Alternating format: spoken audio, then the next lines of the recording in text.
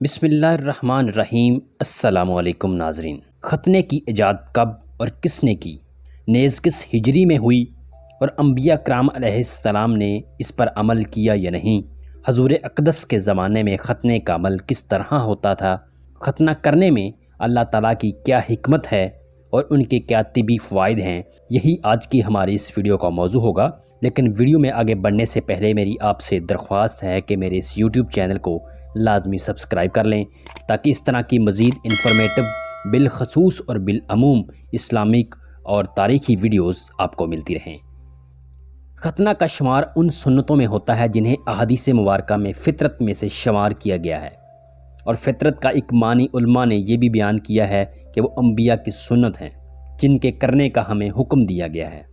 اس معنی کے اعتبار سے ختنہ کا انبیاء کی سنت ہونا معلوم ہوا ہے۔ چنانچہ کچھ علماء اکرام نے اس حوالے سے 18 ایسے انبیاء علیہ السلام کے نام شمار کیے ہیں جو ماں کے پیٹ سے مختون پیدا ہوئے۔ ان میں حضرت آدم علیہ السلام کا نام بھی ہے، لیکن اس عمل کو باقاعدہ شرعی حیثیت حضرت ابراہیم علیہ السلام کے زمانے سے دی گئی۔ بعض روایتوں سے معلوم ہوتا ہے کہ حضرت ابراہیم علیہ السلام نے 80 سال کی عمر میں ختنہ کیا۔ ان کے بعد سے یہ عمل باقاعدہ اسلامی سنت قرار پایا، اور آن حضرت صلی اللہ علیہ وآلہ وسلم نے بھی اپنی امت کو اس کی تعلیم دی۔ شریعت میں ختنہ کرانا سنت اور شاعر اسلام میں داخل ہونا ہے، اور اس کا طریقہ کار یہ ہے کہ حشفہ کے اوپر کی اتنی خال کاٹ دی جائے جس سے حشفہ پوری طرح ظاہر ہو جائے۔ ناظرین گرامی، الحمدللہ مسلمان شخص تو اللہ تعالیٰ کے حکم کی تعمیل کرتا ہے، اور اسلام کا معنی اور تقاضا بھی یہی ہے کہ اللہ تعالیٰ کے حکم کے سامنے سرخم تسلیم کیا جائے اور اس کی اطاعت بجا لائی جائے، چاہے اس حکم کی حکمت معلوم ہو یا معلوم نہ ہو، کیونکہ حکم دینے والا اللہ سبحانہ تعالیٰ ہے جو کہ خالق اور علیم الخبیر ہے، اور اسی اللہ نے انسان کو پیدا فرمایا، اور وہ جانتا ہے کہ اس کے لیے کون سی اشیاء بہتر ہے اور اس میں ان کی مصلحت اور بہتری ہے۔ اور ختنہ کرنا بھی انہی شرعی احکام میں سے ایک ہے جنہیں مسلمان نے اطاعت اور فرمانبرداری کرتے ہوئے، اللہ تعالیٰ کی محبت رکھتے ہوئے اور اس کی جانب سے اجر و ثواب چاہتے ہوئے بجا لایا ہے، اور وہ اس کا یقین رکھتا ہے کہ اللہ تعالیٰ نے جو بھی حکم دیا ہے ان میں کوئی نہ کوئی حکمت اور بندے کی اس میں کوئی نہ کوئی مصلحت ضرور ہے، چاہے بندے کو اس کا علم ہو یا وہ اس سے پوشیدہ رہے۔ ختنہ کرنا شریعت کے ان محاسن میں شامل ہوتا ہے جو اللہ تعالیٰ نے اپنے بندوں کے لیے مشروع کیا، اور اس سے وہ اپنی ظاہری اور باطنی محاسن کی تجمیل کرتے ہیں۔ چنانچہ یہ ختنہ کرانا اس فطرت کی تکمیل کرتا ہے جس پر اللہ تعالیٰ نے انہیں پیدا فرمایا ہے، اور اسی لیے یہ ملت حنیفی ملت ابراہیمی میں شامل ہے، اور ختنہ کرانے کی مشروعیت حنیفیت کی تکمیل ہے، کیونکہ جب اللہ سبحانہ تعالیٰ نے ابراہیم علیہ السلام سے وعدہ کیا کہ وہ انہیں لوگوں کا امام بنائے گا، اور یہ وعدہ فرمایا کہ انہیں بہت سے قبیلوں کا جد امجد بنائے گا،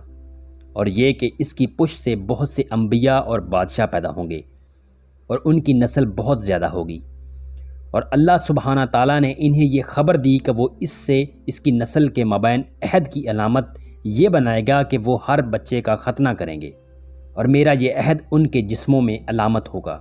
اس لیے ختنہ کرانا ملت ابراہیمی میں داخل ہونے کی نشانی ہے۔ قرآن مجید فرقان حمید میں فرمان باری تعالیٰ ہے، اللہ کا رنگ اور اللہ کے رنگ سے اچھا کون سا رنگ ہو سکتا ہے، اور ہم اسی کی بندگی کرتے ہیں، یعنی اس سے مراد ختنہ ہے۔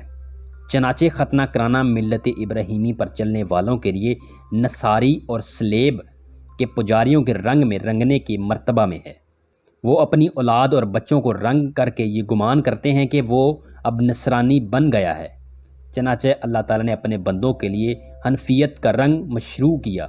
اور اس کی علامت ختنہ کرنا قرار دیتے ہوئے فرمایا، اللہ کا رنگ اور اللہ کے رنگ سے کون سا رنگ اچھا ہے، اور ہم اسی کی عبادت کرتے ہیں۔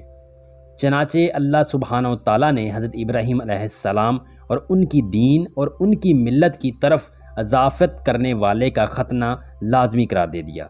اور اسے حنفیت کی نسبت سے منسوب کر دیا۔ اور طبی اعتبار سے اس کے کیا فوائد ہیں؟ ڈاکٹر محمد علی البار اپنی کتاب الختان میں لکھتے ہیں، پیدا ہونے والے بچوں کا ختنہ کرنا صحت کے لیے ایک مفید عمل ہے، کیونکہ پیشاب کی نالی میں سوزش اور جلن سے بچاؤ جو کہ نالی کے اگلے حصے پر موجود کلفہ یعنی ذات چمڑے کی بنا پر پیدا ہوتا ہے اور اسے نالی کی تنگی کا نام دیا جاتا ہے، جو کہ پیشاب کو روکنے کا باعث بنتا ہے اور پیشاب کی نالی میں جلن وغیرہ پیدا ہوتی ہے۔ ان سب کا علاج یہ ہے کہ اس کا ختنہ کیا جائے، اور اگر یہ زیادہ دیر تک رہے اور ختنہ نہ کیا جائے تو مستقبل میں اس سے کئی قسم کے امراض پیدا ہو سکتے ہیں، جن میں سب سے خطرناک پیشاب کی نالی کا سرطان ہے۔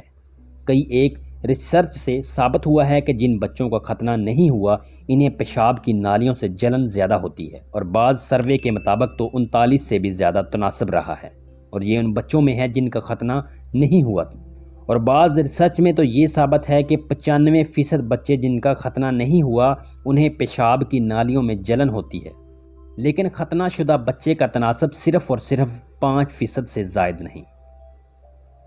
اور امریکہ میں اکثر لوگ ختنہ شدہ ہیں، اور اسی بنا پر وہاں سرطان کے مریض تقریباً 750 سے 1000 پر برس ہوتے ہیں، لیکن اگر وہاں کے رہائشی غیر ختنہ شدہ ہوں تو یہ حالت 3000 سے بھی زیادہ ہو جائے۔ اور جن ممالک میں ختنہ نہیں ہوتا، مثلا چائنا، یوگنڈا وغیرہ، تو وہاں پیشاب کی نالی کے سرطان کا مرض 12 سے 22% ہے، جو کہ بہت زیادہ تناسب ہے۔ اور ناظرین، ریسرچ سے یہ بات ثابت ہو چکی ہے کہ غیر ختنہ شدہ افراد کے جنسی امراض ایک دوسرے سے جنسی تعلقات قائم کرنے سے بہت زیادہ پیدا ہو جاتے ہیں۔ اور حالیہ ایک نئی ریسرچ سامنے آئی ہے کہ ختنہ شدہ افراد کو ایڈز بہت ہی کم ہوتی ہے، لیکن غیر ختنہ شدہ افراد کو کثرت سے ہے۔ لیکن اس کا انکار نہیں کیا جا سکتا کہ اگر ختنہ شدہ کوئی شخص کسی ایڈز زدہ شخص سے جنسی تعلق قائم کرے تو اسے بھی ایڈز نہیں ہوگی۔ ہو سکتا ہے اسے بھی یہ خطرناک بیماری لگ جائے اور ختنہ اس سے بچاؤ نہیں ہے۔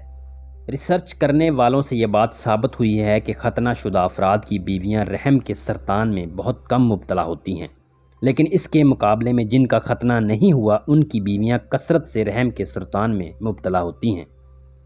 اور ناظرین گرامی، ہر ایک مسلمان کا یہ یقین ہے کہ اللہ تعالیٰ نے اسے جو بھی حکم دیا اس میں کوئی نہ کوئی حکمت اور بندے کی اس میں کوئی نہ کوئی مصلحت ضرور ہوتی ہے، چاہے بندے کو اس کا علم ہو یا وہ اس سے پوشیدہ رہے۔ اور ناظرین، اسی امید کے ساتھ آج کی یہ ہماری ویڈیو اپنے اختتام کو پہنچتی ہے کہ آپ کو ویڈیو بہت پسند آئی ہوگی۔ ویڈیو کو حسب معمول اپنے عزیز و اقارب کے ساتھ لازمی شیئر کریں، اور اسی طرح کی مزید انفارمیٹو بالخصوص اور بالعموم اسلامک ویڈیو سننے کے لیے ہمارے یوٹیوب چینل کو لازمی سبسکرائب کریں۔ تو ہم ملتے ہیں ایک نئی ویڈیو کے ساتھ، تب تک کے لیے اللہ حافظ۔